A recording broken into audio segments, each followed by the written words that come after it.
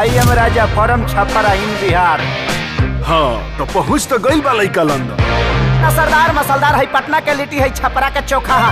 पर का करो बेचारा, इस ससुरा अंग्रेजी एकरा के उठा उठा के पटकता। Can you make it with less chili? Chili केगा चिली अब छिलाता। तू तो लागा था पूरा लंदन के नू, अब तो अंग्रेजी सिखाइए देबो। सिखा ना देते लोग के भाषा बिगाड़िए के जाए। आओ लेकिन बानर को गुलाटी मारल छोड़ले बा। इतना पगला दी सभी मागे डिस्टर्ब हो गइल बा हमार। ना कहल जाला कि भाग में जब लिखल बा भोजपुरी तो कहाँ से बबुआ पैते लंदन के गोरी। लड़की देखे ना इतना सुंदर हो, लगत नेचर से एकदम छू छू नर हो, काहे करते हो हमसे hi hello hello hello hello. दिल में ढुका के बटाम बंद। तुमको क्या लगा मैं इम्प्रेस हो जाऊंगी? देखिए हम गरीब आदमी हैं, कोशिश तो करबे किए। हमरा तरफ से तोहरा और दिया के रिश्ता के हाँ बा। ओ बबुआ की देसी लड़की चाही। जब बुझिए गइल बड़ू त खुद के पूछल जरूरी बा। झुलुआ जवानिया पा झुल जाई हो, ऐसे झाका झूमर में कमर से सड़िया खुल जाई हो। अब तो हर बाबूजी मान जाए बस। हम अपना बाबूजी के तो चुटकी बजा के मना ले जाता नहीं ना।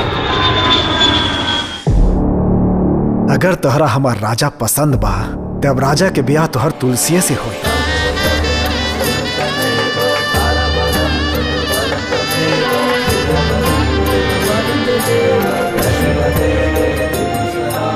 कुछ उलझन में बानी हमके कुछ टाइम चाहिए। हमरा से का गलती हो गई बा राजा, हम तो अभी ना मर जाए राजा। आज दिया के उदास चेहरा देख के दिल टूट गए है यार।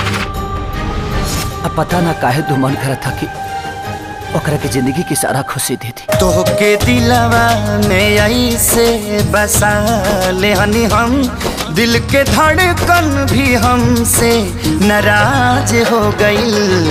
अखिया तोहरा सिवा कुछ न देखे सनम, कके हमसे दगा दगाबाज हो गइल।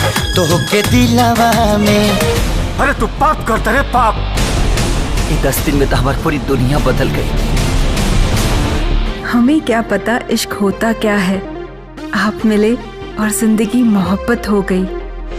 बुझत का है नहीं खा हमार मजबूरी हो, तोहके बोला मने तो बोना कइलो आई तो का गोल जइतो। रात भर रहता खाइता पियता सुतता भोरे चल जइता। भगवान हमारे कैसन दूरा पर खड़ा के ले बड़े कि हमारा कुछ नहीं कभी हाथ की का करी।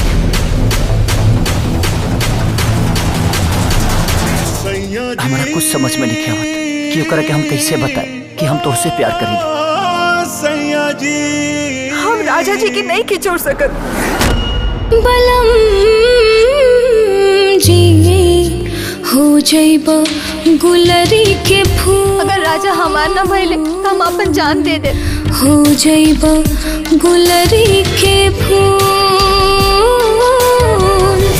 शायद एकरे नाम प्यार है।